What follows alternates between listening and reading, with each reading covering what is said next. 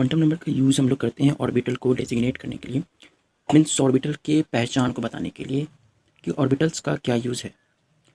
तो उसको बताने के लिए हमारे पास क्वांटम नंबर को हम लोगों ने 4 सेक्शन में बांटा है। पहला प्रिंसिपल क्वांटम नंबर होता है, दूसरा एज़िमुथल, तीसरा मैग्नेटिक और चौथा होता है स्पिन। प्रिंसिपल क्वांटम नंबर से हम एवरेज डिस्टेंस निकालते हैं इलेक्ट्रॉन का न्यूक्लियस से, और इसका यूज़ हम एनर्जी फाइंड करने में भी यूज़ करते हैं, मीन्स एनर्जी ऑफ इलेक्ट्रॉन भी हम इससे फाइंड करते हैं। प्रिंसिपल क्वांटम नंबर को हम लोग स्मॉल एन से इंडिकेट करते हैं। तो एनर्जी फाइंड करने में कैसे होगा, तो एनर्जी का जो फॉर्मूला होता है वो क्या होता है, -2.18 इंटू 10⁻⁻18 इंटू Z²/n²। ठीक है, तो ये होता है मेरा एनर्जी फाइंड करने का। तो यहाँ पे n टर्म यूज़ हो रहा है, मीन्स ये जो n है वो क्या है, प्रिंसिपल क्वांटम नंबर। तो एनर्जी में इसका इन्वॉल्वमेंट है, इसलिए एनर्जी जो है इलेक्ट्रॉन का वो प्रिंसिपल क्वांटम नंबर से ही फाइंड किया जाता है। एज़िमुथल क्वांटम नंबर जो है वो ऑर्बिटल के शेप को बताता है और एंगुलर मोमेंटम को भी बताता है। ठीक है, तो एंगुलर मोमेंटम को फाइंड करने का भी हमारे पास टर्म है। एज़िमुथल क्वांटम नंबर को हम लोग L से डिनोट करते हैं। एज़िमुथल क्वांटम इसको हम लोग स्मॉल एल से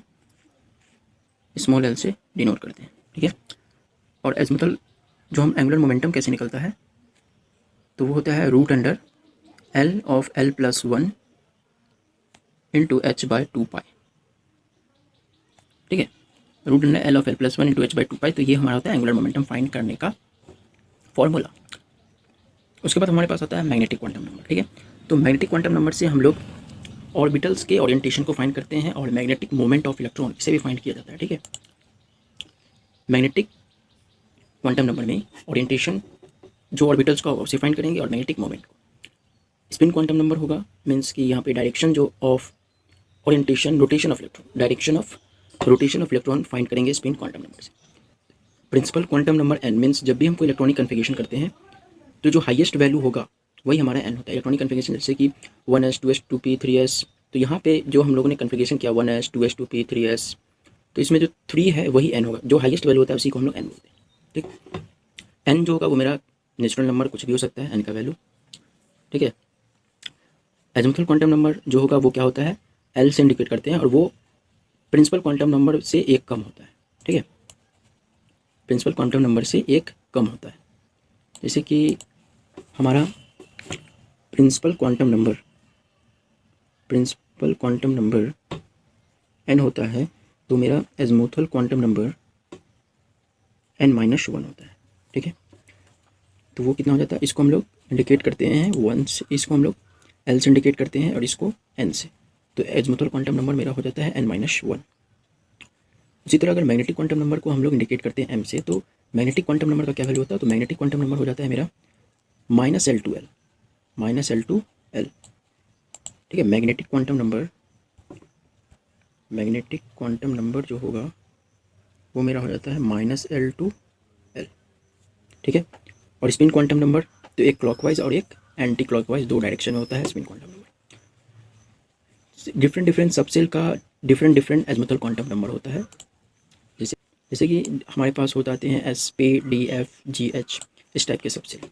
उससे जाने से पहले हम लोग ऑर्बिट और ऑर्बिटल इन दोनों के बीच डिफरेंस जानते हैं कि what is difference between orbits and orbitals.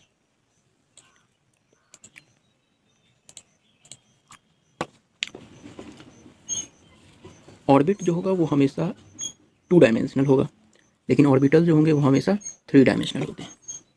ठीक है, ऑर्बिट 2 डायमेंशनल होंगे तो ऑर्बिटल जो होंगे वो हमारे 3 डायमेंशनल होते हैं। जो हमारा ऑर्बिट होता है वो एक सर्कुलर पाथ होता है जिसे हम ट्रैजेक्टरी बोलते हैं, और इलेक्ट्रॉन जो होगा वहाँ पे इलेक्ट्रॉन का मूवमेंट होता है उस पाथ पे। जबकि जो हमारा ऑर्बिटल्स होता है वो न्यूक्लियस के अराउंड वैसा जगह स्पेस होता है जहाँ पे इलेक्ट्रॉन की पाए जाने की संभावना बहुत ज़्यादा होती है। उसके बाद जो हमारा ऑर्बिट होता है वो नॉन डायरेक्शनल होता है, जबकि हमारे ऑर्बिटल्स जो हैं वो डायरेक्शनल और नॉन डायरेक्शनल दोनों हो सकते हैं, लेकिन जो हमारा ऑर्बिट्स होगा वो ऑलवेज नॉन डायरेक्शनल होगा। ठीक है, वो ऑलवेज नॉन डायरेक्शनल होगा, और ये बोथ मतलब कि डायरेक्शनल और नॉन डायरेक्शनल दोनों होते हैं। उसके बाद क्या होता है कि जो हमारा नंबर ऑफ ऑर्बिट्स जो होगा वो 2n स्क्वायर होगा मैक्सिमम नंबर, जबकि ऑर्बिटल जो होता है वो मैक्सिमम किसी भी ऑर्बिटल में जो मैक्सिमम नंबर ऑफ इलेक्ट्रॉन होते हैं वो मैक्सिमम 2 हो सकते हैं, जबकि ऑर्बिट में maximum number of electron 2n square होगा। तो यही कुछ डिफरेंस है ऑर्बिट्स और ऑर्बिटल्स में, ठीक है। तो डिफरेंट सबसेल पे डिफरेंट एज़िमुथल क्वांटम नंबर की वैल्यू होते हैं। जैसे कि अगर मेरे पास हो गया सब सेल और इधर हम लोग ने लिखा L, ठीक है।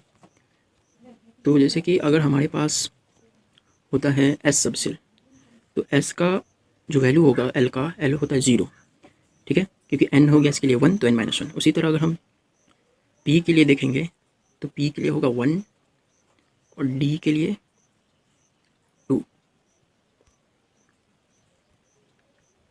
S P D F के लिए कितना हो जाएगा 3, G के लिए 4 और H के लिए 5। N का एक कम, N से एक कम होता है मेरा एज़िमुथल क्वांटम। डिफरेंट सब सेल का डिफरेंट वैल्यू होता है, ठीक है। टोटल नंबर ऑफ ऑर्बिटल्स कितने होते हैं, जितना हमारा L होगा उतना ही जितना हमारा L होता है, ठीक है। टोटल नंबर ऑफ ऑर्बिटल्स वो कितने होते हैं L स्क्वायर, जितना L होगा उसका स्क्वायर। तो जैसे कि अगर हम एक एग्जांपल लें कि अगर हमारा n का वैल्यू अगर 3 हुआ, तो n का वैल्यू अगर 3 होता है तो मेरा L कितना हो जाएगा, तो L होता है मेरा 0 to n-1, ठीक है। ये मेरा क्या होगा एज़िमुथल क्वांटम नंबर। तो 0 to n-1 में कितने वैल्यू हो जाएंगे, तो 0 होगा ही, 1 फॉर n का वैल्यू 5, 0 1 2 3 4 एंड n-1, यानी कि 1 2 3 4 5 टोटल हो गए 5। तो मेरा यहाँ पे टोटल नंबर ऑफ ऑर्बिटल्स क्या हो जाएगा, इस 5 का स्क्वायर, क्योंकि L का स्क्वायर, यानी कि टोटल नंबर ऑफ ऑर्बिटल्स मेरा हो जाता है 25, ठीक है। जो हमारा टोटल नंबर ऑफ ऑर्बिट कितना, टोटल जो एज़िमुथल क्वांटम नंबर होता है, टोटल एज़िमुथल क्वांटम नंबर अगर किसी भी सेल का निकालना होगा तो वो होता है 0 to n-1, ठीक है। n यहाँ पे क्या है, प्रिंसिपल क्वांटम नंबर। उसी तरह अगर हमको चाहिए मैग्नेटिक क्वांटम नंबर टोटल, ठीक ना, अगर मैग्नेटिक क्वांटम नंबर चाहिए टोटल, तो वो कितना हो जाता है -L to L, वो हो जाएगा टोटल -L to L। उसके बाद स्पिन क्वांटम नंबर तो हमारे पास से हो जाते हैं एक क्लॉकवाइज और एक एंटी क्लॉकवाइज, एक +1/2 जिसको हम +1/2 और -1/2 से इंडिकेट करते हैं, ठीक। उसके बाद हमारे पास एक टॉपिक है नोड। तो जैसे कि हम लोगों ने देखा कि हमारा ऑर्बिटल्स क्या होता है, ऑर्बिटल्स होता है जहाँ पे वैसा स्पेस जहाँ पे इलेक्ट्रॉन पाए जाने की संभावना सबसे ज़्यादा होती है। तो नोड वैसा जगह है जहाँ पे इलेक्ट्रॉन पाए जाने की संभावना बहुत ही कम होती है, नेग्लेजिबल, ठीक है। नेग्लेजिबल अमाउंट ऑफ इलेक्ट्रॉन वहाँ पे होता है।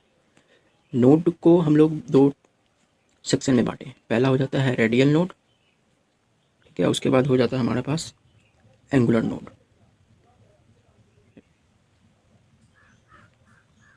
दूसरा हो जाता है एंगुलर नोड।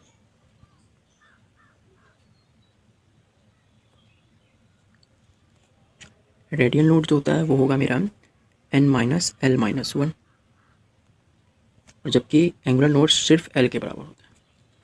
रेडियल नोड्स हो जाएगा n-l-1, जबकि एंगुलर नोड्स l के बराबर होता है।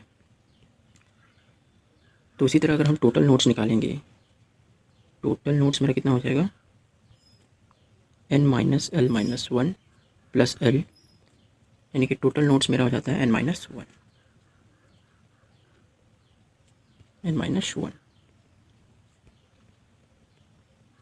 हमारे पास कुछ इंपॉर्टेंट टर्म है जिसे हमें याद रखना चाहिए कि total number of subshell in a particular shell जो होता है वो n के बराबर होगा।